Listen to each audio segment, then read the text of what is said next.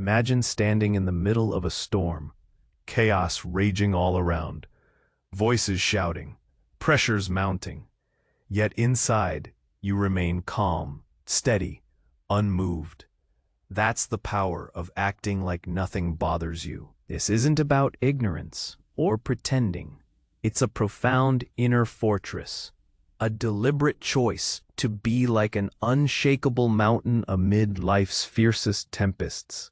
In this journey, you discover that the real battlefield isn't out there with the chaos, but within your own mind, where control isn't about changing external events, but mastering your response to them. Here lies the secret to true freedom, the ability to pause, to resist the automatic flood of emotions, to choose patience over impulse, and to find serenity not in applause, but in quiet self-truth. When you stop chasing validation and stop explaining yourself, you step into a space where strength grows silently, where reflection deepens, and your character shines with raw authenticity. Life doesn't transform because the storms have stopped. It transforms because you refuse to be tossed by them anymore. This is the path of the Stoic, whole and true to yourself, standing firm in a noisy world, cultivating the quiet power that no chaos can break. So, what if you acted like nothing bothers you? What if that simple, radical choice became your greatest act of rebellion, your gateway to a life redefined? The transformation starts not with the world outside, but with the calm you build within. If this is making sense to you so far, if you're feeling a flicker of recognition for the calm you might cultivate, please like the video and share it with someone who needs to hear this today. The idea of acting like nothing bothers you isn't about feigning indifference or adopting a mask of stoicism to hide your true feelings. It's far more profound. It's an internal discipline, a strategic withdrawal from the constant push and pull of external events, and a deliberate focusing of your attention on the only territory you truly command, your inner world. This isn't about becoming emotionless. It's about becoming master of your emotions, understanding their transient nature, and refusing to let them dictate your peace. It's about building what the Stoics called your inner citadel, an impregnable fortress within your mind, capable of weathering any storm. How do we begin to construct this citadel? The first stone is laid with the radical understanding of the dichotomy of control. This foundational Stoic principle, famously articulated by Epictetus, states that some things are within our control and others are not. Our opinions, impulses, desires, aversions, and crucially, our responses to situations. These are within our power. Our body, possessions, reputation, external events, the actions of others, these are not. Think about that for a moment. Most of our daily anxieties, frustrations, and stresses stem from our attempts to control things that are fundamentally beyond our reach. We get angry at traffic, irritated by a colleague's inefficiency, upset by political outcomes, or distressed by a market fluctuation. But none of these external realities are truly ours to command. The traffic will flow or stop as it pleases. Your colleague will work at their pace. The political landscape will shift independently of your personal desires. The market will rise and fall when you invest your emotional energy in trying to bend these external realities to your will. You're not just fighting a losing battle. You're actively surrendering your inner peace. Let's bring this into a modern context. Imagine you've sent an important email and you're waiting for a reply. The minutes stretch into hours, then days. You find yourself constantly checking your inbox, rereading your message, crafting mental rebuttals, or imagining worst-case scenarios. This gnawing anxiety is born from trying to control an external event, someone else's response time, and their eventual decision. What is truly in your control? Your initial action of sending the email, ensuring it was well written, and then your reaction to the waiting period. You can choose to obsess, or you can choose to redirect your attention to other tasks. Practice patience and trust that you did your part. When you genuinely internalize that the reply is outside your control, the anxiety loosens its grip. You're not acting like you don't care. You're acting like you understand where your power truly lies. This isn't about passively accepting everything bad that happens. It's about strategic action combined with wise acceptance. You do what you can within your sphere of influence, with integrity and diligence. You send the email. You prepare for the meeting. You present your ideas clearly. But once your action is complete, you release the outcome. The result is no longer yours to dictate. This distinction is vital for cultivating an inner calm that isn't easily disturbed. When you understand that the only thing truly yours is your character and your present actions, everything else becomes a matter of indifference, not in the sense of not caring, but in the sense of not being essential to your happiness or virtue. Building on the dichotomy of control, the next principle for fortifying your inner world is Premeditatio Malorum, the premeditation of evils. This might sound pessimistic, but it is in fact one of the most powerful tools for cultivating resilience and inner calm. It's about mentally rehearsing potential difficulties or adversities before they occur. The Stoics didn't shy away from contemplating loss, failure, illness, or even death. They didn't do this to wallow in negativity, but to prepare their minds, to strip these events of their power to surprise and overwhelm. Consider a project at work that you're heavily invested in. A non-Stoic approach might be to imagine only success, to attach all your hopes to a perfect outcome. When obstacles inevitably arise, a budget cut, a team member leaving, a client changing their mind, you're blindsided, emotionally derailed, and react with panic or anger. The Stoic approach, using Premeditatio Malorum, would involve asking, what could go wrong here? What if the budget gets cut? What if the client rejects the idea? What if my team struggles? By calmly walking through these scenarios in your mind, you don't invite them. You merely acknowledge their possibility. This mental rehearsal allows you to develop contingency plans, both practical and emotional. When a setback does occur, it's not a devastating surprise. It's a foreseen event for which you've already prepared a measured response. You remain stable, capable of thinking clearly, because you've already encountered this storm in your mind. You're not acting like nothing bothers you because you're unaffected. You're acting this way because you're prepared, because you've anticipated and thus disarmed the shock. This practice extends beyond professional life. Imagine you're about to have a difficult conversation with a family member. Instead of hoping for the best and being thrown off by their resistance, you might mentally prepare for them to react negatively, to misunderstand, or to become defensive. This doesn't mean you expect them to. It means you're not shattered if they do.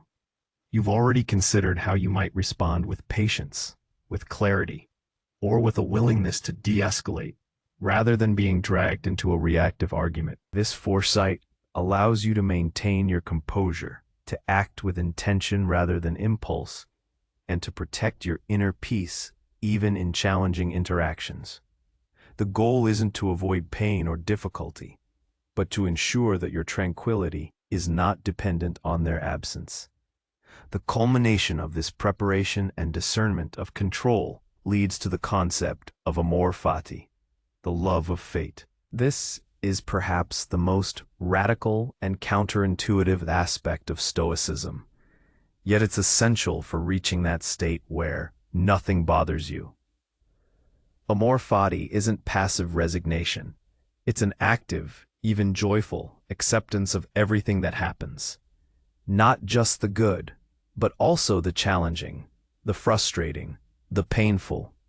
It means seeing every event, every twist of fate, as a necessary thread in the tapestry of your life, and indeed, of the universe itself. It means embracing what is, rather than perpetually wishing it were otherwise. Let's illustrate this. Suppose you've been working tirelessly towards a specific goal, say, a promotion. Despite your best efforts, it doesn't materialize. A non-Stoic might be consumed by bitterness, regret, or a sense of injustice. Why me? After all that work? This emotional entanglement prevents forward movement and poisons the present moment. An individual practicing Amor Fati, however, would still feel disappointment, certainly, but they would swiftly move to accept the reality of the situation. They would ask, "This is what has happened. What is the opportunity here? What can I learn? How can I use this setback to grow, to pivot, to become stronger?" Embracing fate doesn't mean you stop striving for improvement or advocating for change where appropriate. It means that once an event has occurred, you don't waste precious energy fighting against the reality of it. You recognize that wishing things were different is a futile exercise that only prolongs suffering. Instead, you accept it as a raw material, a new set of circumstances from which to build. A canceled flight might lead to an unexpected conversation with a stranger, a new idea, or simply a chance to practice patience. A professional failure might illuminate a path to a more fulfilling career, or teach you invaluable lessons about your approach. This active acceptance, this love of fate, is a profound statement of self-reliance.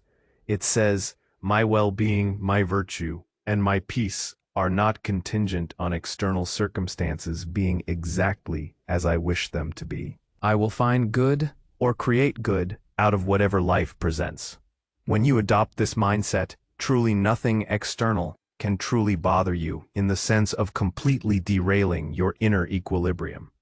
You've become like the mountain in the storm, not because the wind isn't blowing, but because the mountain doesn't resist the wind. It simply is. The wind howls, the rain falls, but the mountain remains, an unshakable testament to its own nature.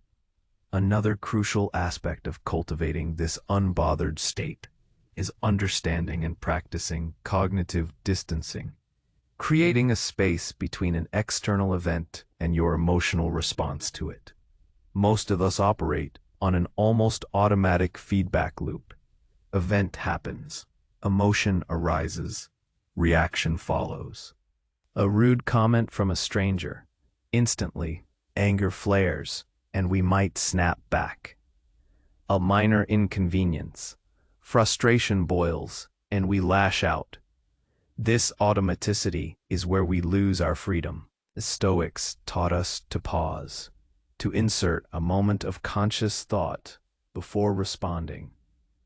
Epictetus famously said, "It's not what happens to you, but how you react to it that matters." This pause is your superpower. It's the space where you remind yourself of the dichotomy of control, where you apply Premeditatio Malorum, where you invoke Amor Fati. Imagine your boss sends an urgent email late in the day, demanding something by morning, and your first thought is panic, resentment, and a feeling of being unfairly burdened. The automatic response might be to work frantically, complain to colleagues, or respond defensively. But with cognitive distancing, you insert that pause. You acknowledge the initial feeling. Okay, I feel stressed by this. Then you step back. Is this truly an emergency? Is it within my control to complete it perfectly by morning, or merely to do my best? What is the virtuous response here? This allows you to choose your action, perhaps to assess the request calmly, prioritize, work on it for a reasonable time, and communicate clearly if more time is needed. You haven't suppressed the initial feeling, but you haven't allowed it to dictate your behavior. You've observed it, acknowledged it, and then chosen a path aligned with reason and virtue. This practice is essential in our hyper-connected, reactive world. Social media, news cycles, constant notifications, they all seek to pull us into immediate emotional responses. Someone says something inflammatory online, and the immediate impulse is to react, to argue, to defend. But what if you paused? What if you recognize that the comment is merely an external event, an opinion, and your reaction to it is entirely within your control? You could choose to disengage, to scroll past, to not give it your mental energy. You're not acting like nothing bothers you because you're oblivious. You're acting that way because you've deliberately chosen not to allow external noise to penetrate your inner sanctuary. You're protecting your peace rather than sacrificing it on the altar of immediate gratification or validation. The ultimate aim of this journey is not just to be unbothered, but to be virtuous. For the Stoics, virtue, wisdom, justice, courage, and temperance was the sole good. Everything else, including health, wealth, reputation, and even life itself, was considered indifferent, adiaphora, to our true happiness and character. This is a radical reorientation of values. In a world that constantly tells us our worth is tied to our achievements, our possessions, our appearance, or our popularity, Stoicism asserts that your true value lies solely in your character and how you choose to act. When you internalize this, the pursuit of external validation, the fear of criticism, the envy of others' success, all these things that bother us so much, begin to lose their power.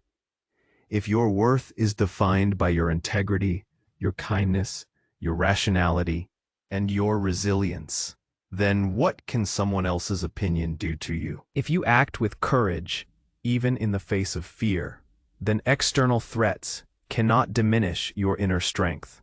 If you practice temperance, refusing to be swayed by excessive desires, then the fleeting pleasures and pains of the world hold less sway over you. Consider the person who constantly explains themselves, chasing approval, feeling the need to justify every action or decision. This behavior stems from a belief that their self-worth is determined by how others perceive them. When you operate from a virtuous framework, you stop chasing validation. You act in alignment with your values, with reason, and with a clear conscience. If others approve, that's a pleasant bonus, but it's not the driving force. If they disapprove, it's their judgment, not a reflection of your inherent worth, provided your actions were indeed virtuous. This is why when you stop explaining yourself, you step into a space where strength grows silently. Your character shines with raw authenticity because you're not performing for an audience. You're living truthfully for yourself. To truly act like nothing bothers you, then, is to become profoundly self-possessed. It is to cultivate a deep inner quietude that isn't dependent on external peace, but is actively created and defended from within. It's the strength to observe the chaos, Acknowledge the emotions, but refuse to be consumed by them.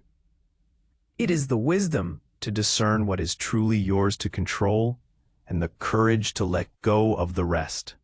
It's an active love for whatever life throws your way, viewing every experience as an opportunity to practice virtue, to refine your character, and to deepen your understanding of yourself and the world. This isn't a passive state of apathy. It's an active, ongoing practice of mindfulness, reason, and self-awareness. It's a rebellion against the modern tendency to be swept away by every fleeting thought, every external demand, every social expectation. It's choosing to be an anchor in your own life, unyielding amidst the storms. Not because you're superhuman, but because you've understood where true power resides. So, what if you embraced this path?